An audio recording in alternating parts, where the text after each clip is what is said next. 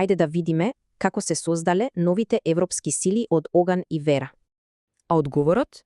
Па тој го обликувал целиот континент. Значи, од пепелта на старата империја се издигаат два нови, клучни играчи. Гледаме два сосема различни старта.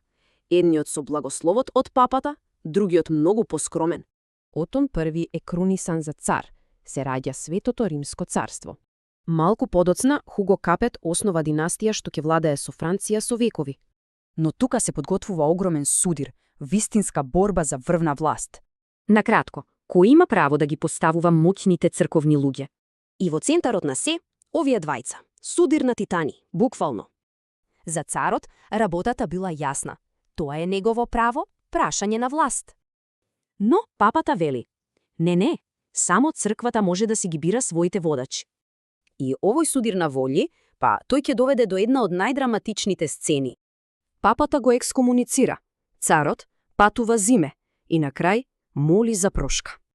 Замислете си, најмокниот владетел во Европа, бос, на снег, чека 3 дена. Значи, папата победи, така? Па не е баш толку едноставно.